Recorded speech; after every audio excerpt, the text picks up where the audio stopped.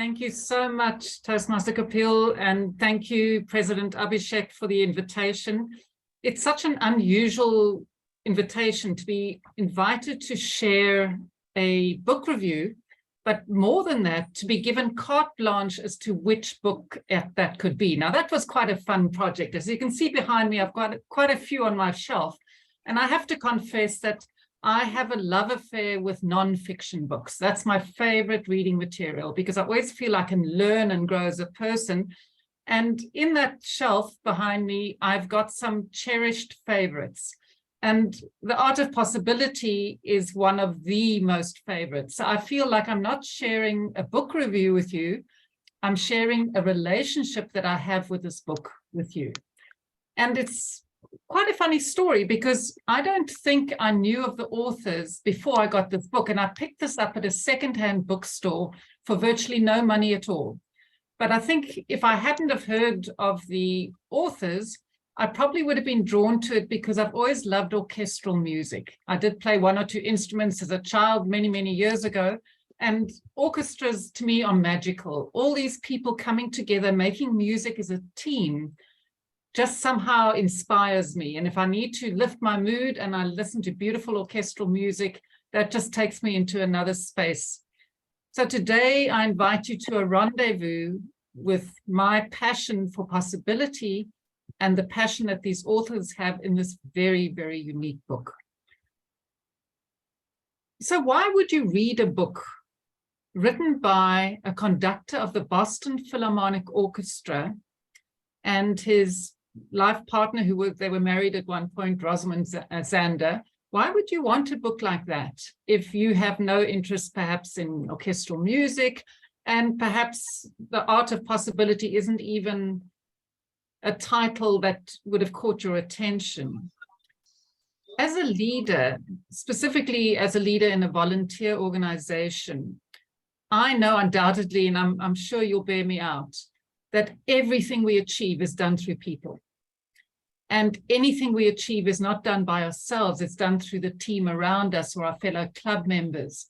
So for me, if I can get a better relationship with the people I work with and the people I'm dependent on and the people who are dependent on me, and if I can transform that relationship from just telling you what to do, because that's what the manual says, to saying, what can we do together? That to me is a far more appealing leadership position to work from. And this book helps you do exactly that. And the way I sum this book up in one, or let's say 4 words, it's moving from what is to what if. And if we approached all the challenges that we have, and we know that whether it's in life, at work, at home, or in Toastmasters, there will be many challenges. Some of those are wrapped up in situations or economies. Some of those are wrapped up in people and personalities, but the challenges will be there. And I have found again and again that the best way to solve the challenge is to try to get everyone involved to move from what is to what if. And then you can move forward. Then you can collaborate to find solutions. So this book is really personal stories from Benjamin Zander and from Rosamund Zander, where they've taken practices in the art of possibility and shared personal stories from their own careers to illustrate how it works and the potential it can create. This is not a book you read in one sitting. You could, but it's best devoured again and again from time to time. I must have gone back to this book, gosh, 50 times at various times. I can't even remember when I bought this book, but it was a long time ago. But every now and again, I revisit it. And each time I reread those same chapters, I get more out of it. So if you do get the book, keep it nearby.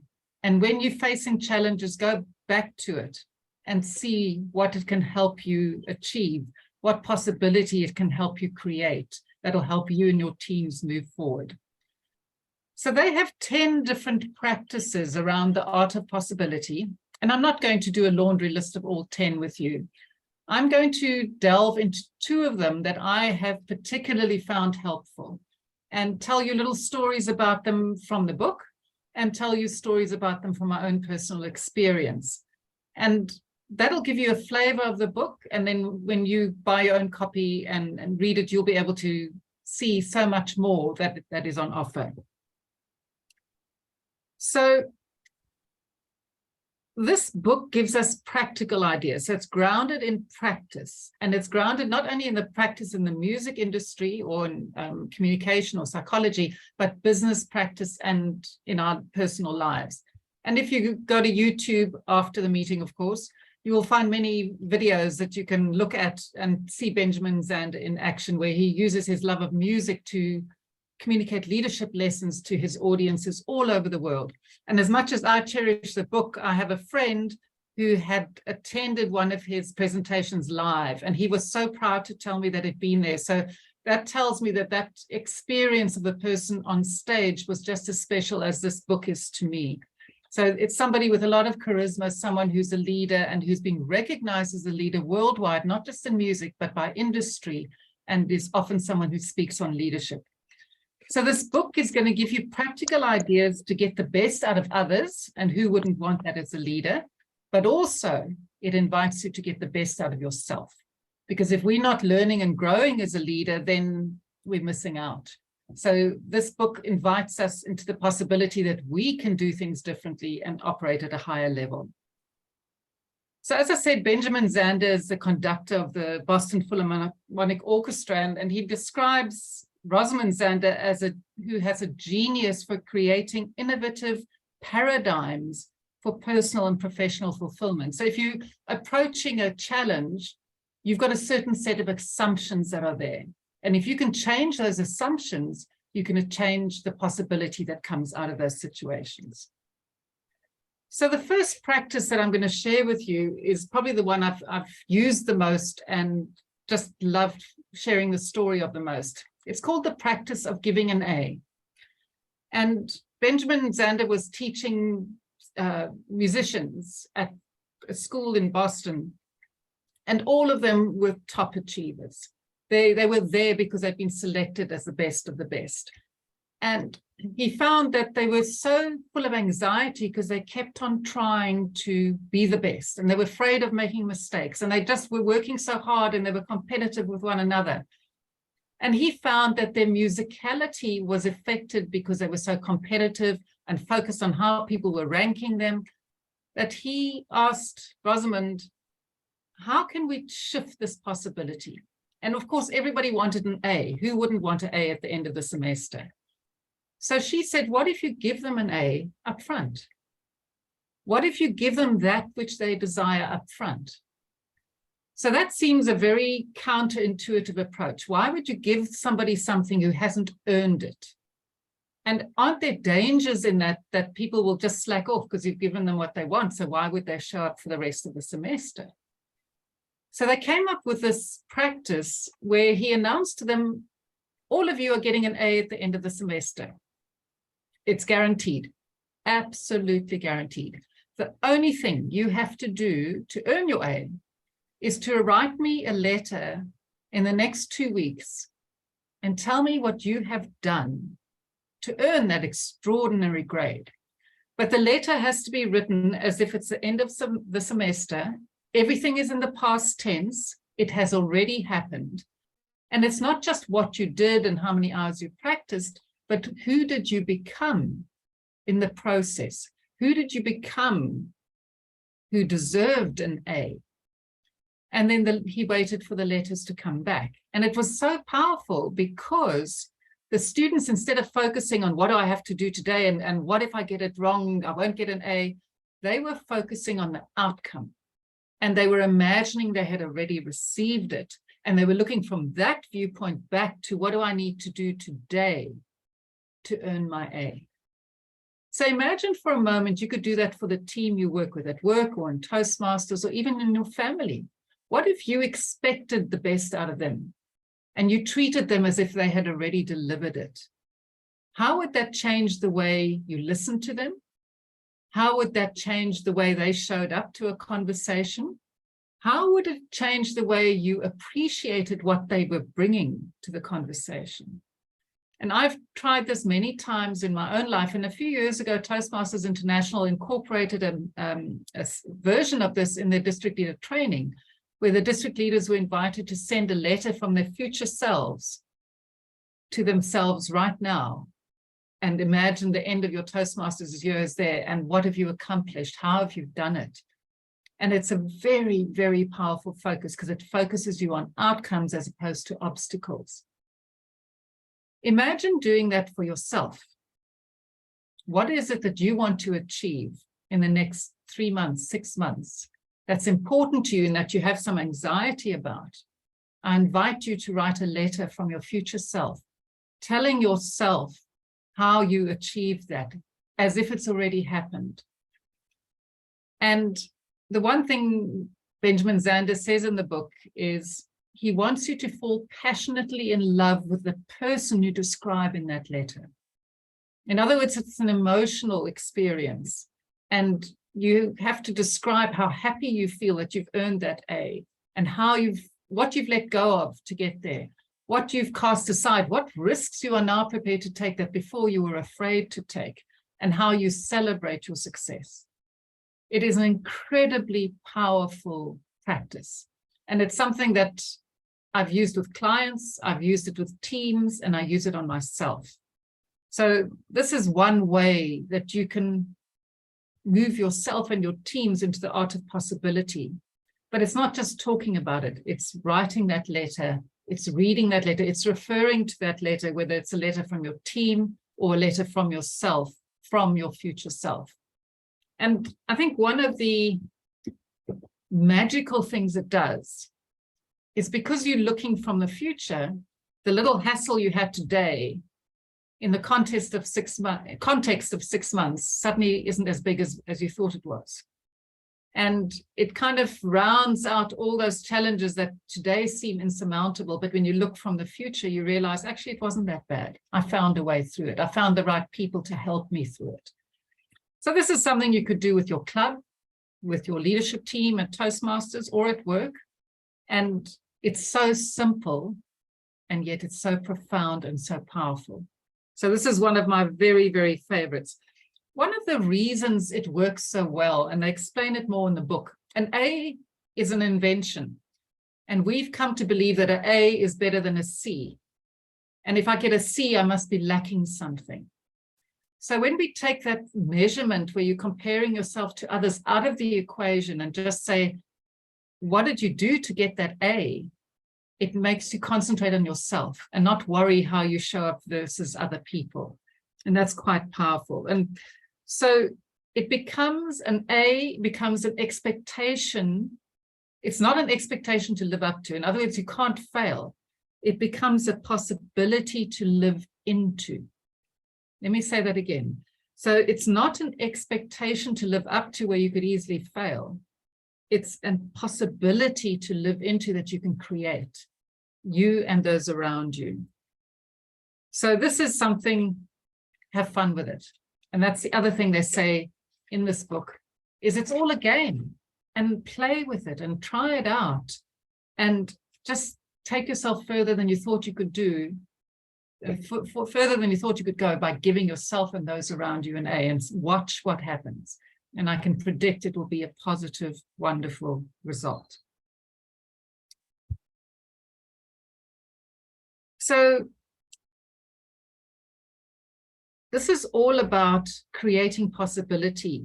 So it creates possibility in your own mind in relation to other people. So instead of saying, gosh, one person of my team, they always seem to be struggling with deadlines. They're always late. And there you're immediately casting negative limitations on that person. But instead you say to them, gosh, that person has got an A. How can I co-create that A with them? How can we work together to get that A for us, as opposed to, I'm the boss, you're not measuring up to my ideals, you are deficient in some way. So it's a different approach, and you have to let go of some of your preconceptions, and you have to partner with the person you're giving them A, because you've already celebrated that they have an A. So how can you help them along the process of making that a reality? So we become a team to accomplish the extraordinary. and we're all working towards the same goal. And part of this is, it's not a grudgingly granted A, it's a freely granted A. So it's given with belief and not with any hesitation. So give yourself an A freely, in the full expectation it will materialize, and the same to other people.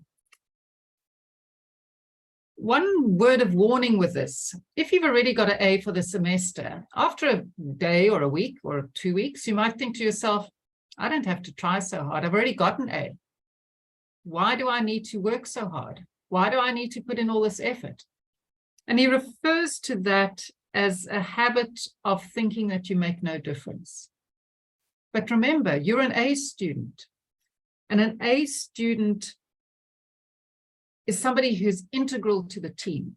An A student is a person whose voice needs to be heard because their contribution is so valuable. They can't do it without your contribution as an A student. So resist that temptation to slack off because you already got the A. Keep being that person who deserves an A every single day. And when we give other people an A, as a leader, what happens is we open up new possibilities in our mind about that team member or that person or that colleague. Because if they've already deserved an A and we've given it to them, we've rated them. So maybe we can learn from them. Maybe we can see them in a new light. Maybe their contribution is more important than we ever thought. Therefore, we need to go and seek them out and get their input. So it's very powerful from a leader's perspective as well. So if you've given them an A, you're going to listen to them. You're going to help them co-create that A.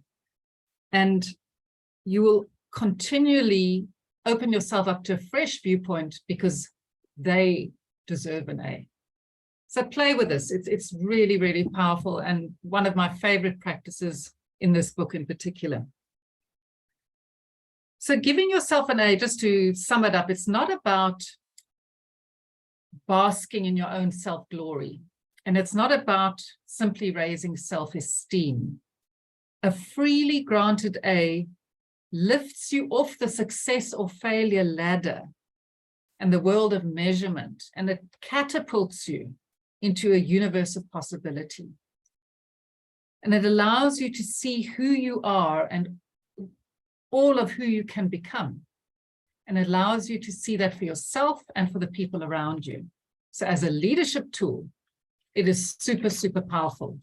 And in my opinion, all leadership superheroes, of which you are all superheroes, give themselves an A and give them people around them an A, because it's that powerful. It's a superpower you have. The next practice that I'm going to share with you, it also has a very simple title. It says being a contribution. It's as simple as that, being a contribution. So instead of viewing yourself or others as a success or a failure based on measurements we've made up, what if you started each day saying, I'm going to be a contribution today? Not I'm going to succeed or fail, not I'm going to get 10 things done today, and if I only do 7, then I'm in trouble. It's I'm going to be a contribution today. And that contribution could come in the form of encouragement, of tasks done, questions asked. There's so many ways to be a contribution. And it's very powerful if you show up consistently saying, how can I be a contribution? In the smallest of ways, in the biggest of ways, but in the most consistent of ways. So when you start realizing that you are a contribution all the time, no matter what you do, and it creates a possibility of anything that you're doing being a contribution to yourself and to others, it opens yourself up to the idea that you are a gift to others, that everything you do is a gift. So if everything you do is a gift, why would you hold back instead of speaking up? Because then you're depriving others of a gift.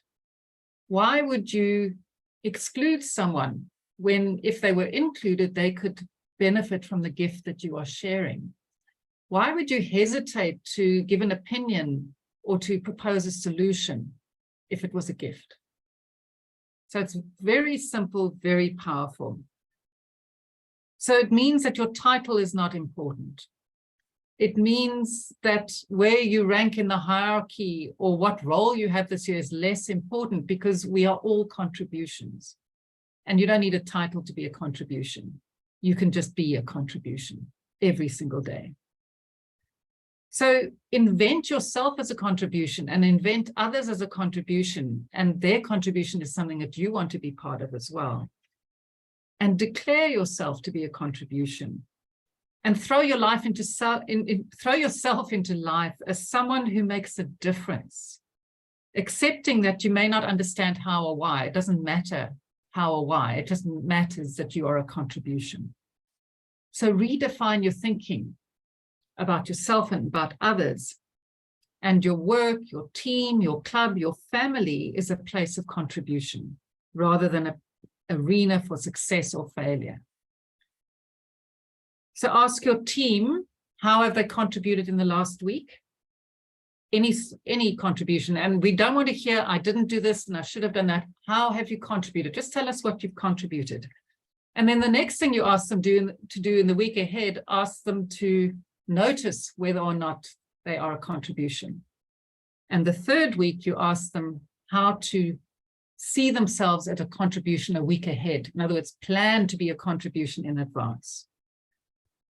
Like a pebble in a pond, that contribution ripples out and affects and is a gift to so many, many people.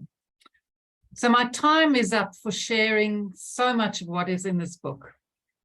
It is not a difficult book to read. It's a short book. It's one that I highly recommend that will help you as a person, as a leader, in all aspects of your life. So I wish I could talk longer on it, but I know I can't. But I know that there's time set aside for Q&A. So if you have a question, I suggest you put it in the chat. Toastmaster Kapil, could I ask you to manage the questions and read the questions? And then I'll respond for the time. If the person is raising the hand, they can put forward the question here itself. Okay, go ahead then. So we have Toastmaster Raish opening.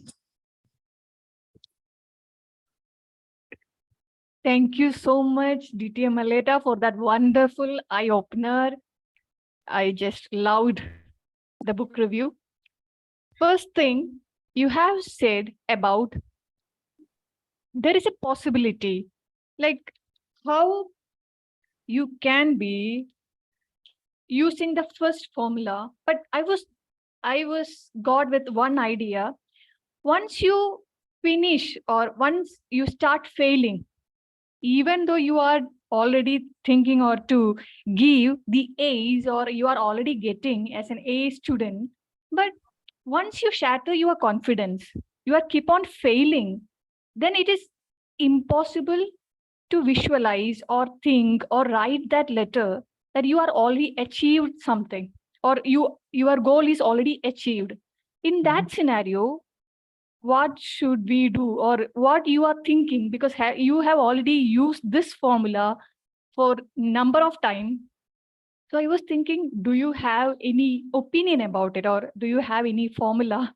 Because I am going through a phase that I have failed number of times for long years, a decade, for one exam. So now when in the first years, it was very easy for me to visualize, oh, I am already achieved it, I already reached that. But now, even though I feel I want to have it, I feel like writing it that I already secured that. But while visualizing, there is a mental block. Okay, very good question. So remember I said this is a game. So I'm inviting you to create a movie. You can be Steven Spielberg. You can cast anyone in the movie. You've got unlimited budget. You can write the script any way you like. And the trick is to put in as much detail as possible, as much emotion as possible. And in the case of your exam, I invite you to create a movie where you are phoning your friends or your family saying, guess what? I've just got my results. I've passed. And imagine what that would feel like. Just imagine and imagine the celebration. And then if someone says to you, but how did you do it? Because you failed a few times before that. You say, you know what? I never gave up. I believed in myself because I believed I was the one who had an A. I sought out people who could help me through those mental blocks and through whatever learning and the learning gaps I had. And once I realized what was missing, I realized it was actually only a short bit of understanding. And the minute I made that discovery, it just flowed. So keep on, whenever you feel anxiety about that exam, you go back to your movie and you watch it again and again. In the middle of the night, when you wake up and your stomach's in a knot, you watch that movie again and again. And then the next day you say, well, what action can I take? Because I've got a movie. I've got to be in action to be in the movie. And ask yourself, who can help me? Who can I reach out to that can just help me bridge this little bit of gap of understanding? Because I know I'm going to get it. Never stop watching that movie. It's so powerful. But then find people to help you. Because when you're alone, you think you can't do it. But when you reach out to others and you've got a movie that you're starring in, you will work harder to get there. So have fun with it. Create an Oscar-winning performance. But it starts off with that celebration of you achieving what you set out to do. Don't give up. The reason you still want to pass that exam is it because your success is inevitable. If you never give up, you work on yourself and you're willing to do the work, your success is inevitable. So never forget that. Thank you so much. And I'll come back to you once I finish with my project. I was going to suggest that. I want to hear from you when it's done. Thank you. Sure thing.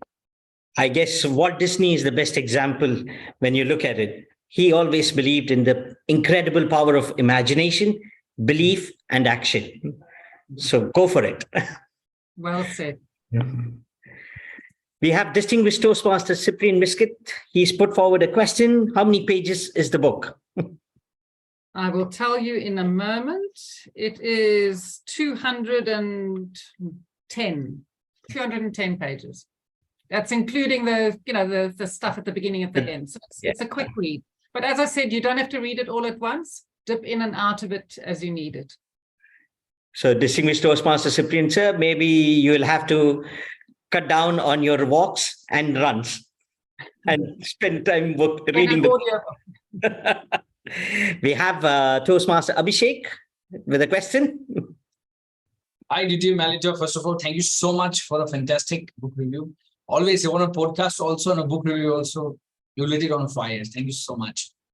My question is to the second part of the principle that you said, be a contribution. So has author explained in the book, is there any list or is it actionable items that we should do in a day so that we can feel, to be a contribution? Is that a corollary of being gratitudious in nature or seeking gratitude in a day? Is that coming closer to that? I think gratitude does come up in the book, but I can't tell you exactly which practice it's under. Being a contribution is, to me, it's as simple as if I'm going to a meeting, I have to be at the meeting. I've got to say what I've got to say. But what if I was a contribution to that meeting? How would I approach it differently? And it would probably be I'd listen a bit more attentively, I'd ask more probing questions, or I'd make suggestions that perhaps before that I might have hesitated to make. So it's taking what you would normally do and saying, but if this is a contribution, a gift, and it has value and it makes a difference, what would it look like for me? So sometimes it's a word of encouragement to someone else, whereas normally you would keep quiet. Other times it's asking those difficult questions because you're concerned and you can see something going wrong and other people haven't flagged it. Other times it's saying, well, what if we can do it differently? So there are different ways of being a contribution. Many years ago, I was in Malawi on a district visit, and I was supposed to run a workshop on inspiring a team. And I had my material laid out on how to do it. And I just got the sense that I needed to let the people there, about 30 of them, speak for themselves about who inspired them and why. And we went around the room and each one of them was invited to pick someone in the room who inspired them. And what was so fascinating, one of them was inspiring because they didn't let people get away with not doing their work, or if they committed to a speech, he would make sure they did the speech. Someone else was inspiring because they showed up early and helped set up the room. Someone else was inspiring because they just showed up someone else was inspiring because they complimented you or mentored someone else. And the learning from that for me was that there are 1,000 different ways to inspire. And I believe there are 1,000 different ways to be a contribution. So use your strengths and your superpower and do what comes naturally to you, but don't think that what you do makes no difference. It does make a difference because you're a contribution and you don't want to withhold that contribution.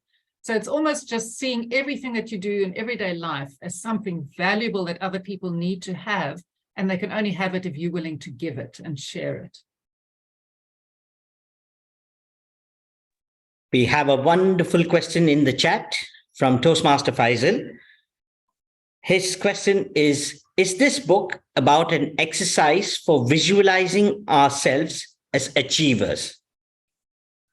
I think that's part of it, but that's a small part of it. It's also very much about visualizing other people as achievers. So when I first read this book, it was all about how to give other people an A and how to help them succeed because I was the leader of the team. Then when I reread the book, I realized it's also about how to give myself an A, how to make sure I show up as a better leader. So I think it's all of the above, but it's not, part of the book is focused on yourself, but so much of it is focused on others. And specifically if you're a leader, on the people that you lead, but even in our families, we all lead. And one of the practices is called leading from any seat. In other words, you don't have to be the leader to make a contribution. You can be a contribution where you can be a leader from any position. You don't need a fancy badge or position to do so. Something like Deepak Chopra saying a leader without a title. Yes. Yeah, because we all know the badges we get in Toastmasters, you're only a custodian of that badge for a short time, then it goes to someone else. So you don't need a badge to be a leader. Yes, absolutely agree with you. I have a question. You said give yourself an A, write a letter to yourself, what you have achieved. Now, as an area director, I have finished 6 months. I've got 6 months to go. So I could probably write, as on June 30th, what I could have achieved. And no, what you have achieved. What I have achieved, and work back towards achieving it. Exactly. But my question is, do I need to have the self-confidence and the judgment that what I'm going to write down has to be truthful? That, yes, I can do this. You're speaking to your desires. Yeah, you're speaking to your desires. You're speaking to what you want to accomplish. And because it's a narrative that's happened in the future, you can write whatever you want.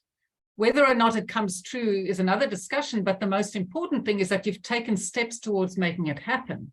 And you've celebrated that.